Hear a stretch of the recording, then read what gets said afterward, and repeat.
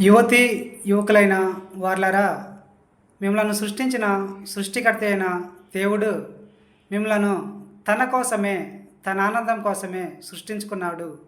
మీరు దేవుని కోసం జీవించాలని, దేవుని ఆనందంగా ఉండే విధంగా మీ జీవితం ఉండాలని, దేవుడిని ఆనందపరచాలని మీ జీవితంతో అందుకోసమే దేవుడు సృష్టించుకున్నాడు.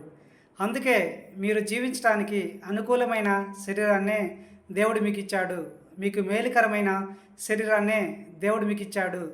తన కోసం ఎలాగ జీవించాలో అలాగా జీవించడానికి ఉపయోగపడే శరీరాన్నే దేవుడు మీకిచ్చాడు.